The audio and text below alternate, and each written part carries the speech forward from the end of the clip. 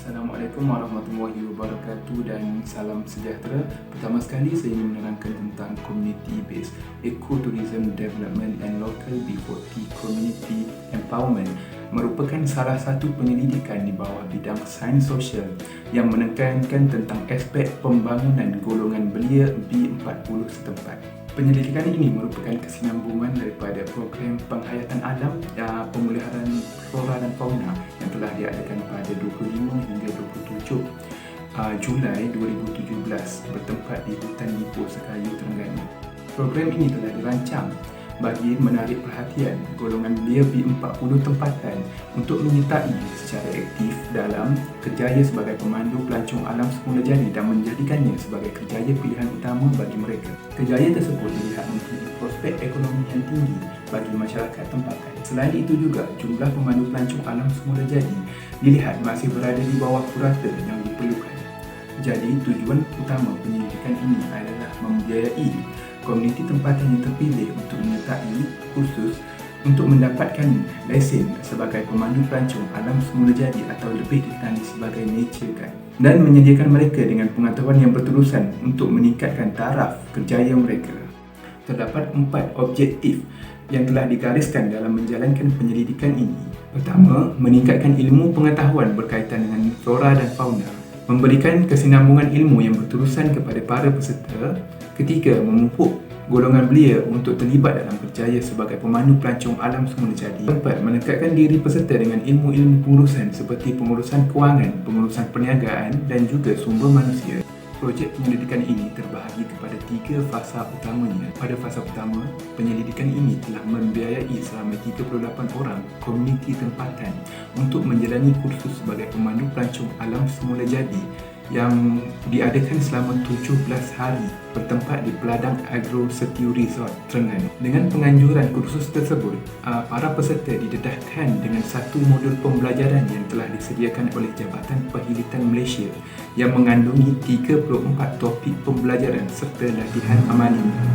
Pada akhir kursus tersebut, para peserta telah menjalani 2 ujian iaitu bertulis dan juga lisan bagi membuat pengesahan kelayakan mereka untuk mendapatkan lesen sebagai pemandu pelancong alam semula jadi yang terdiri daripada panel-panel penilaian daripada Jabatan Pelancongan Seni dan Budaya Malaysia dan juga Jabatan Perkhidmatan Malaysia. Hasil daripada kursus tersebut, penyelidikan ini telah menghasilkan 38 orang peserta terdiri daripada komuniti tempatan yang telah mempunyai lesen sebagai seorang pemandu pelancong alam semula jadi atau yang lebih dikenali sebagai Green Badge yang telah diiktiraf oleh Kementerian Pelancongan, Kesenian dan Budaya Malaysia. Satu majlis penyerahan lesen telah diadakan di Universiti Malaysia Terengganu. Majlis tersebut juga bertujuan untuk menerangkan kepada mereka tentang peluang-peluang penglibatan mereka dalam kerjaya sebagai pemandu pelancong alam semula jadi. Di samping itu juga telah menjelaskan usaha-usaha penyelidikan ini pada masa hadapan yang dilihat dapat membantu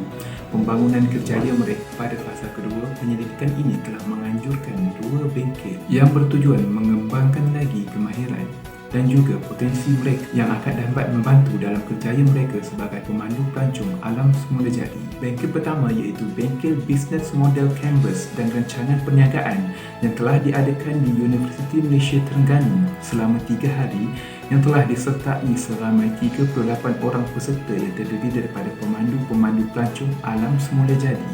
Objektif bengkel ini adalah bagi mempersiapkan diri para peserta untuk menjadi seorang usahawan eko pelancongan tempatan yang berjaya. Justru bengkel ini turut mengambil pendekatan dalam memperkenalkan bisnes model canvas dan juga rancangan perniagaan yang dilihat akan dapat membantu dalam mengembangkan potensi mereka sebagai usahawan atau pemandu pelancong dalam sektor eko pelancongan Malaysia. Seterusnya, penganjuran Bengkel Continuing Tourism Related Education atau dikenali sebagai CTRE merupakan inisiatif kedua bagi projek penyelidikan ini untuk meningkatkan lagi pengetahuan para peserta dalam sektor eko pelancongan. Bengkel ini telah diadakan di Universiti Malaysia Terengganu selama 1 hari yang bertujuan mendedahkan para peserta dengan pembangunan eko pelancongan.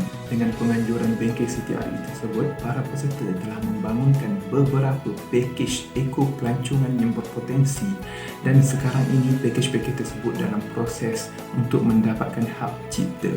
bagi melindungi hasil-hasil kerja mereka daripada diciplak. Fasa yang terakhir dalam penyelidikan ini adalah menerbitkan satu modul pembelajarannya yang sendiri bagi membantu serta menjadikannya sebagai rujukan kepada pemandu-pemandu pelancong alam semula jadi. Modul pembelajaran ini telah terbahagi kepada 3 aspek utamanya, iaitu pengurusan ekopelancongan, pengurusan kendiri dan strategi perniagaan, serta modul alam semula jadi. Melalui modul-modul yang akan diterbitkan tersebut akan membantu para peserta yang terdiri daripada pemandu pelancong alam semula jadi untuk mengembangkan lagi kerjaya mereka sebagai pemandu pelancong. Secara kesimpulannya, penyelidikan ini akan memberikan beberapa impak kepada komuniti tempatan. Pertamanya, pembangunan community-based ecotourism yang berfokuskan kepada golongan B40.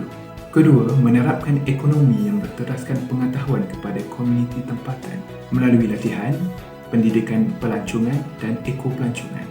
Ketiga, mewujudkan tujuan ekonomi hijau atau green economy demi melestarikan alam semula jadi. Dan yang terakhir, akan melahirkan saintis komuniti dalam kalangan komuniti tempatan. Saya mewakili tim penyelidikan ini mengucapkan ribuan terima kasih kepada para penonton. Sekian, terima kasih. Assalamualaikum warahmatullahi wabarakatuh.